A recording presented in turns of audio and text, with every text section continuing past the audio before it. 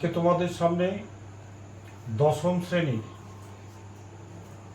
ষষ্ঠ এবং সপ্তম অধ্যায়ের যে 4 মার্কের প্রশ্নগুলো ইম্পর্টেন্ট, সাবজেক্ট হচ্ছে হিস্ট্রি। এগুলো ভালো করে নোট করে তোমরা পড়ো।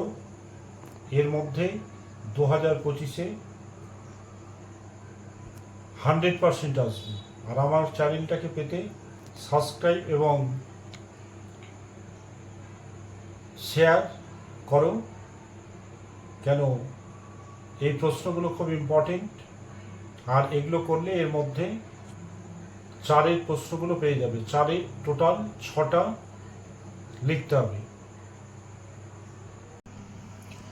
হ্যাঁ, তো দশম শ্রেণী হিস্ট্রি অধ্যায় 6, বিংশ শতকে ভারতে কৃষক, শ্রমিক ও বামপন্থী আন্দোলন, বৈশিষ্ট্য ও পর্যালোচনা।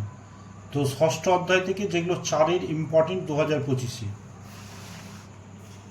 1 নম্বর, বঙ্গভঙ্গ বিরোধী আন্দোলনে কৃষক শ্রেণীর আগ্রহ ছিল না কেন?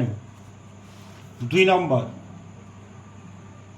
অহিংস অসহযোগ আন্দোলনের পর্বে 1920 থেকে 22 খ্রিস্টাব্দে ভারতে কৃষক আন্দোলনের পরিচয় দাও। 3 নম্বর, বরদল্লি কৃষক আন্দোলনের উপর সংক্ষিপ্ত টিকা রচনা করো। 4 নম্বর, আইন অমান্য আন্দোলনে 1930 খ্রিস্টাব্দে সংক্ষিপ্ত পরিচয় দাও।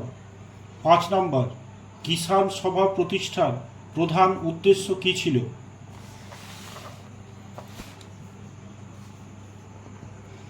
6 নম্বর, ওয়ার্ল্ডস প্রেজেন্ট পার্টি টিকা। আর 7 নম্বর, মিরাট ষড়যন্ত্র মামলা টিকা। এই 7টার মধ্যে 6 অধ্যায়ে 4 মার্কের অবশ্যই 2025-এ আসবে।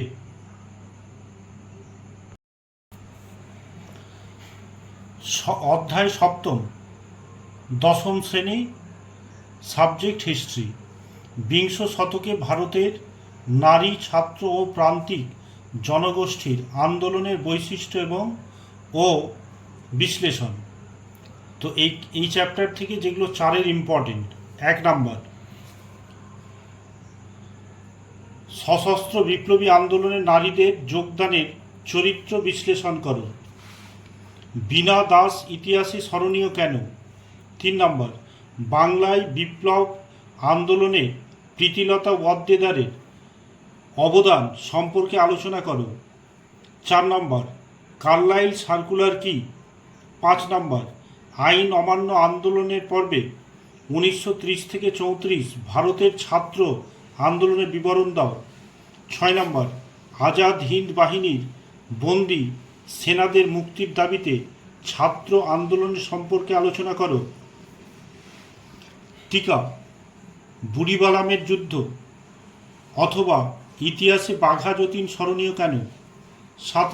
8 নম্বর, টিকা লেখো বেঙ্গল ভলেন্টিয়ার্স। 9 নম্বর, টিকা লেখো রশিদ আলী দিবস।